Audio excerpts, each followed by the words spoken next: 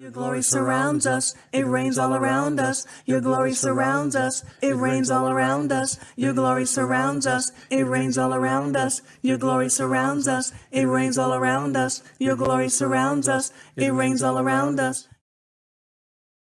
Grace and peace, Apostle Stan Pena. Welcome to tonight's podcast recording strategies live. Tonight we're going to be speaking about 3 areas. Number 1, what's the best place to record? Number 2, studio setup and acoustics. And number 3, develop a recording process. Enjoy. And here's my beautiful wife, Karen Pena.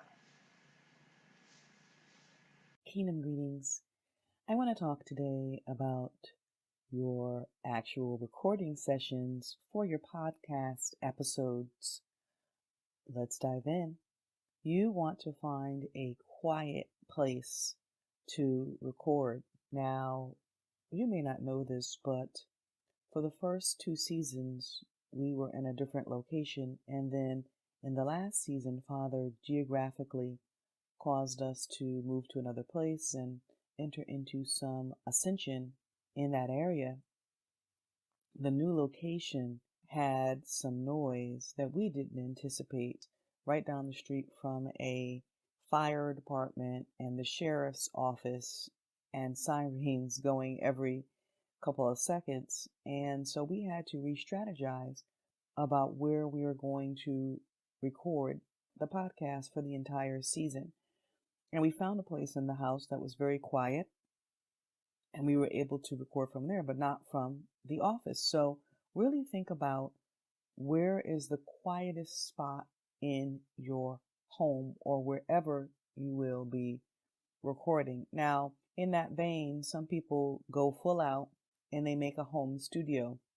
And I'm not saying that you do or don't have to do that. I'm saying consider other soundproofing options and ways to make your space feel like a studio, at least when you're first starting. Now, most podcasts don't even last for 3 seasons. Some of them don't even last for 1 season. So while God may be calling you to do this, you want to see how it's going to go, how long He wants you to actually host a podcast before you go diving into making a full-blown studio. So with that being said, there are some additional soundproofing options versus going in the vein of, wall coverings and padding for your walls and that kind of stuff, which, by the way, they're not very highly rated. A lot of people say they don't do a great job. Furniture in the room, just being in a room, if you have a home office with furniture in it, that will take care of soundproofing, believe it or not. Empty rooms echo, and rooms that are full of furniture do not provide that same echo. So just furnishing your room, quite frankly, can alleviate background noise and echoes and sound and stuff like that. The other option that I have for you is window coverings. You can buy acoustic grade window coverings to cover your windows. You'll see the links to these options in this module for you, and pray about which is the best route, because it is an investment. Okay, when you start adding things to soundproof a room, it's an investment, and you want to make sure that your podcast is going to be around longer than the investment. It's kind of like people who go and they spend thousands, even millions, on this big elaborate wedding, right? And they're divorced before the dress is even off to the cleaners and stored appropriately, right? So you want your podcast to last longer than your equipment, just like people want their marriage to last longer than the money that it took for them to save up and pay for it. So, mic options, microphone options. What kind of microphone do you need? Well, what will you use it for? Are you going to only use it for the podcast? Are you going to use it for social media, like doing live streams, video, TV, radio, voiceovers? right? So the need drives the mic. The need drives the mic. You may want to start off with just something like your iPhone and a headset. All right. I didn't do that, but hey, it can be done that way. Again, I will provide some links to options for you, as little as $100, or mics can get very expensive. Okay. Now, let me say this. If you do decide to get a mic, I'll put the accessories there too, but you'll need a mic stand. You'll need a shock holder. To put the mic in, you'll need a pop filter. So again, that's 3 pieces of equipment, right? If you decide to do the mic, and you'll also need some headphones so that you can hear yourself speaking. That's the route that I chose to go because we do voiceovers, as you know, and I'm using that mic for other things. And I also do a lot of videos out on YouTube. And if you haven't subscribed, go on out to bit.ly.penas, capital P for Penas Tube, capital T. There is a lot of good content out there. I even sit sometime and listen to things out there to encourage myself. That's how good the content is out there. And I have it all organized by playlist. So if you want to build yourself up in glory in your finances, that's there. You want to do it in your marriage, that's there. You want to do it in ministry, that's there. You need a prophetic word, that playlist is there. So check that out. Now, recording strategies. How do I actually record? Do I just press play? I strongly suggest that you not just press play. What I suggest that you do is literally type up your script. Okay? So I'm going to describe my process to you so that you'll get an idea of what I'm talking about when I say type up your script. As you may or may not know, I am a scribe of the King. And so a lot of the content that I receive comes from prayer. It comes from my time in prayer, right from Father. And so I'll be sitting in prayer and he'll start dictating to me what to say in the podcast. It's really amazing to watch the process because there are words sometimes that he chooses me to use that I've never even heard, okay, or would use. And it really makes for good content. So prayer, and then you get your script from prayer. I may not be sitting in prayer. I could be walking. I could be driving. Literally be doing anything. And he'll start speaking to me. So I always keep my handy dandy voice memo on iPhone right there handy with me so that I can just speak right into it if he starts speaking to me. So you get your script from Holy Spirit, from Father, from your prayer time. And then you type up that script. Now, I type it up because when he's speaking to me, he's going fast and I'm going fast trying to keep up with him. And sometimes my handwriting after a day or two, I'm like, what was that? So I type it up so that I can make sure that I have exactly what he wants to say through me right in front of me and that it is legible and it is clear. Now, when I'm typing this up, what's happening is I'm outlining headings based on how the flow of the episode will go. That's right, how the flow of the episode will go. I will have an opening or an intro. Then I will have a section. Let's say I'm talking about glory. I might have a section, introduction to the glory. What is the glory? Why is the glory for us? How do you get in glory? How do you stand in glory? How to return to Edenic glory. Okay, so those will be headings, all right? And then underneath those headings, there's the script that he dictated to me, so that's my outline. Okay, and when I first started podcasting, what I would do, is I would literally walk the people through my outline. So I would say, I'm going to introduce you to glory, then I'd introduce them. Then I'd say, now you need to know how to stand in glory. So I would end each previous section with a introduction to the next. Okay. That's called linking paragraph. So I would link the previous paragraph to the next section of the outline. And then I dive into that actual section. And I do that for however many sections I had. And what I found and the feedback that we received is that it was easier to kind of follow the podcast that way. And I did that for the first 2 seasons. Well, really for the first season. And then the second and third season, the format changed completely because he was doing something new and he was taking me in a different direction. And I think I did do it a little bit for the second season, but not quite as much for the first. So with that being said, you might start off, okay, with an outlined script, and then he may move you away from that. So even though this is my process, and I strongly suggest that you have one or follow this one, hold it loosely. As I always teach, hold it loosely. Now, you've got the outline typed up, all right? You've got your script in front of you. Now, where do you place it? I have a typing stand, and I literally place it on my typing stand, which is right behind my mic, okay? You don't want to place your script away from the mic because then you're turning your head to look at the script and you want your mouth right into the microphone. Now, I don't memorize the content every week. That's why typing up a script and being able to look right at it and flow with it is helpful versus memorizing. So put it someplace where you can look at it as you are focused on speaking right into your microphone. My husband likes to hold his script, okay, right in front of his face. I don't like to do that because if I have a 2-page script, then now I'm flipping the page, right? Now you can edit that, of course, right?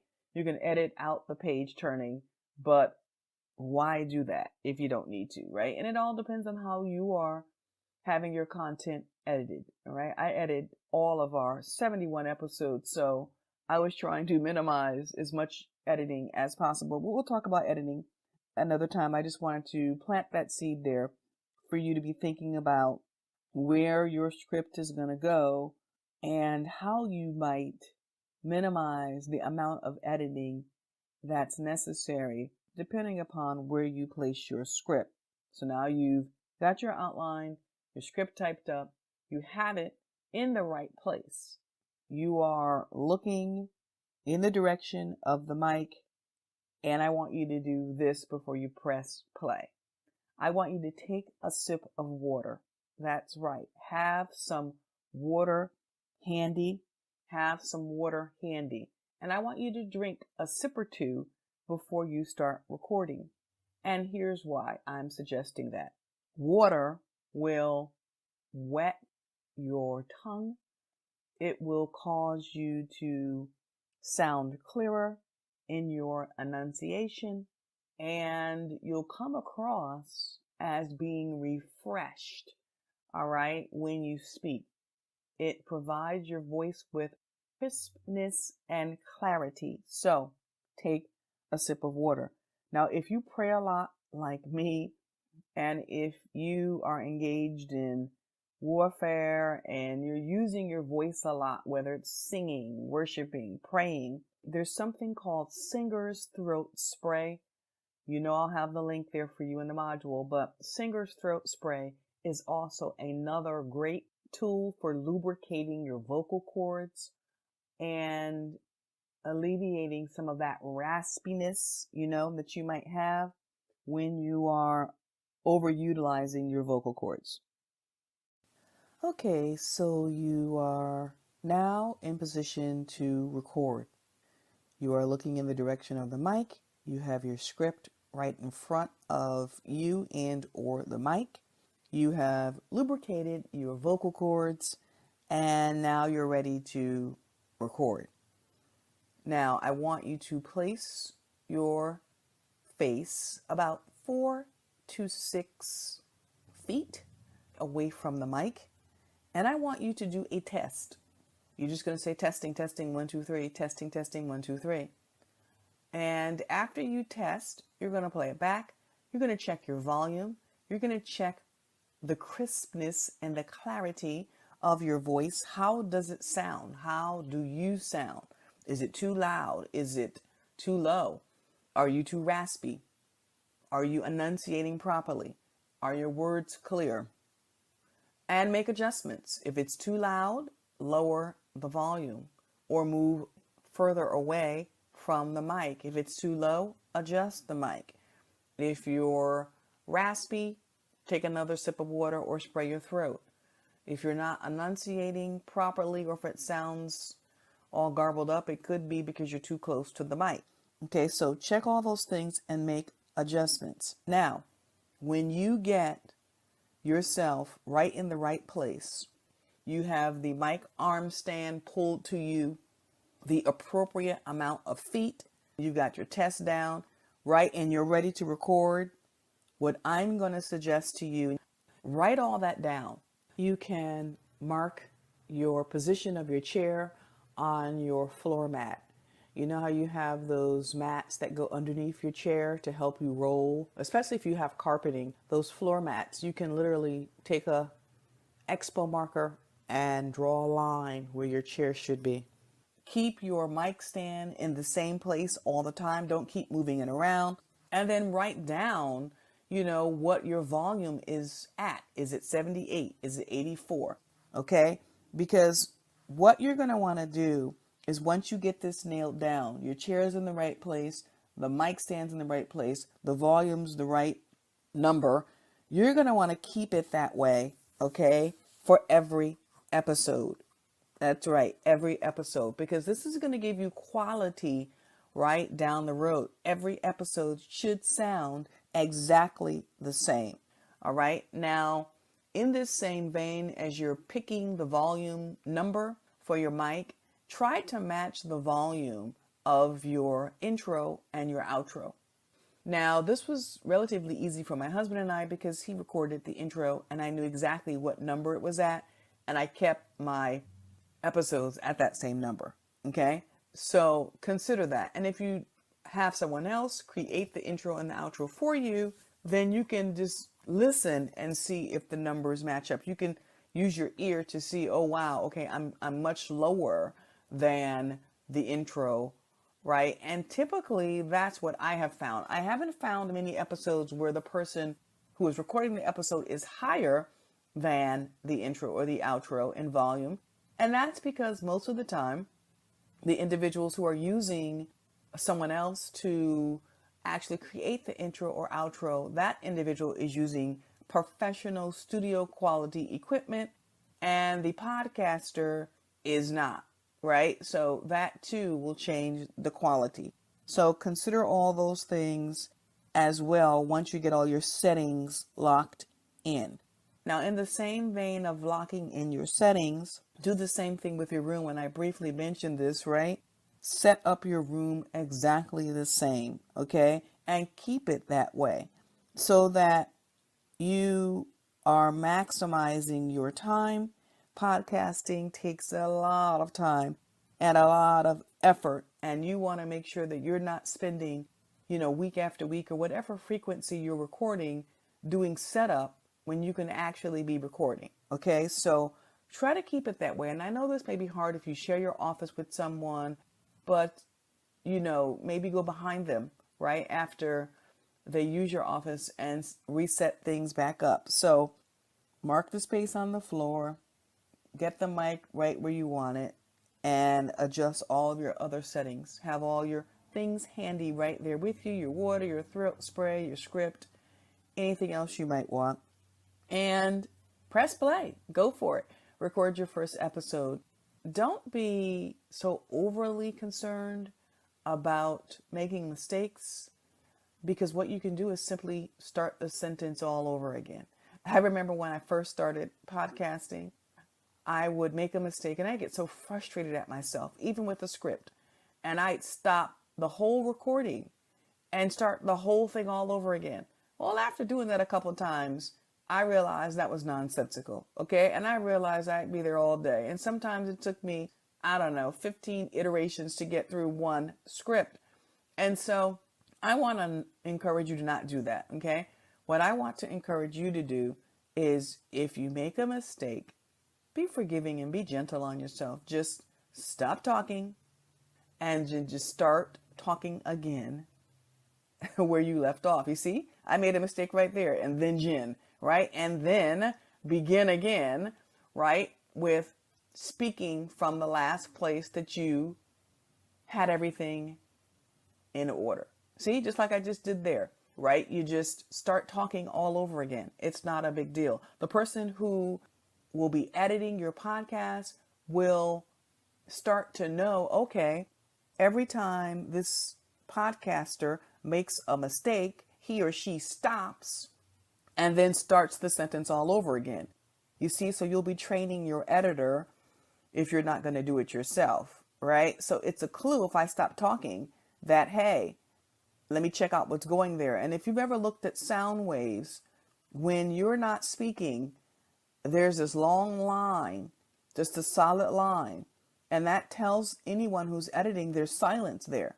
So they'll go to that place of silence to see what's going on. So it's really a great recording strategy, and it's also a great editing strategy. So be forgiving on yourself, be gentle with yourself. If you make a mistake, just stop talking, just like that, and then just start talking again. All right? I know that with all of this wisdom here, the people that you are serving will be blessed by every episode.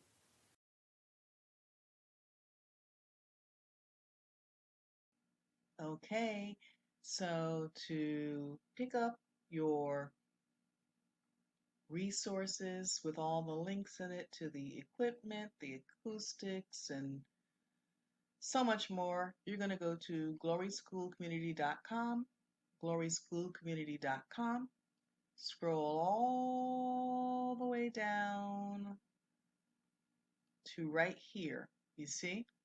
And you're going to put your email address in here, click subscribe now, and if you want to get news about any other things, you can check the box. If not, then you will be able to find out about any new courses that we have. As we've mentioned, this will actually become a full-blown course at some point, so you will be in the loop in terms of when that goes live, and you'll also receive the resource guide for recording strategies, equipment, mics, and so much more. All right, blessings. How great was that? That was really good. Did you notice that in the first 14 minutes, there were some quality issues with S's hissing and volume issues? Well, that was on purpose to give you an idea of how important it is to have the right equipment when you're attempting to record a message, to be able to speak to your audience. You really want the best sound, you want the best clarity. Not recording with the right mic can have some problems. And so if you're on your phone, for instance, you'll see that there could be a difference in the audience hearing your message. And so investing in good equipment is not a bad idea. So this was good. This was really good. I hope you enjoyed. We'll see you on the next one.